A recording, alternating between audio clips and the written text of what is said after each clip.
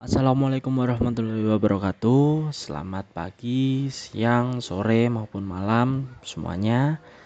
Yang terhormat Ibu Siti Nadiroh selaku dosen pengampu mata kuliah Anatomi dan Fisiologi Manusia. Di sini kelompok kami yang beranggotakan 7 orang, diantaranya yang pertama Muhammad Ridho Galib dengan NIM D600230200. Yang kedua Muhammad Fabrian dengan NIM D600230205. Yang ketiga Timur Putra Dananto dengan NIM D600230216. Yang keempat Hafiz Mahendra Gusprinarendra dengan NIM D600230217. Yang kelima Sandi Sangaji dengan NIM D600230221.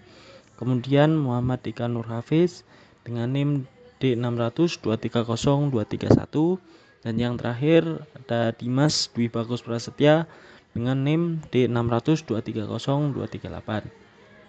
Di sini kelompok kami akan menyampaikan terkait sex education.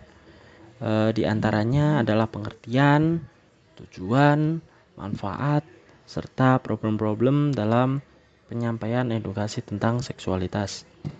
Langsung saja ke materi yang pertama, yaitu adalah pengertian sex education.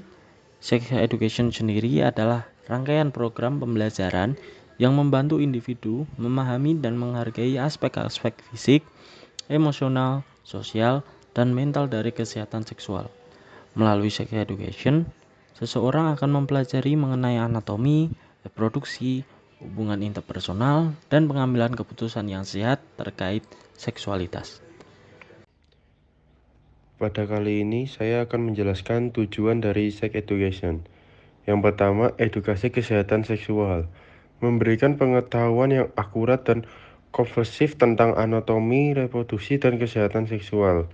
Lalu pemberdayaan. Mendorong individu untuk membuat keputusan bijak dan memahami hak serta tanggung jawab dalam sebuah hubungan. Lalu, saya akan melanjutkan tentang isu sex education. Dalam hal ini, kelompok kami melampirkan 3 isu sex education. Yang pertama, anatomi dan fisiologi, yang menjelaskan bagaimana tubuh berfungsi, siklus menstruasi, reproduksi, dan perubahan tubuh selama masa pubertas. Lalu yang kedua, hubungan sehat. Dalam mendalami keterampilan komunikasi yang sehat, pencegahan pelecehan, pengolahan emosi, dan memahami persetujuan dalam hubungan. Yang terakhir, diversitas seksual. Dalam hal ini, kita juga harus memahami identitas gender, orientasi seksual, stereotip seksual, dan menerima keragaman dalam seksualitas pada manusia. Kemudian ada tantangan dalam sex education. Pertama, stigma dan tabu. Yang kedua, perbedaan budaya. Dan yang ketiga, kekurangan sumber daya. Selanjutnya, kita masuk ke peran orang tua dalam sex education. Peran orang tua dalam sex education yang pertama adalah komunikasi terbuka. Jadi, orang tua dapat menciptakan lingkungan di mana anak merasa nyaman membicarakan topik seksualitasnya tanpa rasa malu ataupun takut. Selanjutnya, untuk peran orang tua dalam seks yang kedua adalah model perilaku yang positif. Orang tua juga dapat menjadi model yang baik dalam membantu anak memahami pentingnya menjaga kesehatan reproduksi dan hubungan yang sehat. Metode pengajaran yang efektif dalam sex education.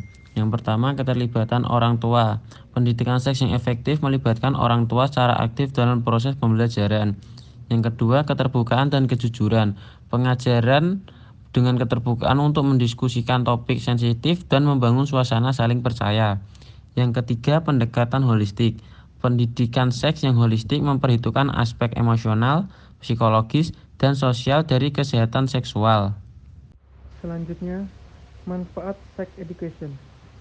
Yang pertama, kesehatan fisik dan emosional menjadi lebih baik. Yang kedua, menurunnya angka kehamilan remaja. Yang ketiga, pemahaman yang akurat tentang seksualitas.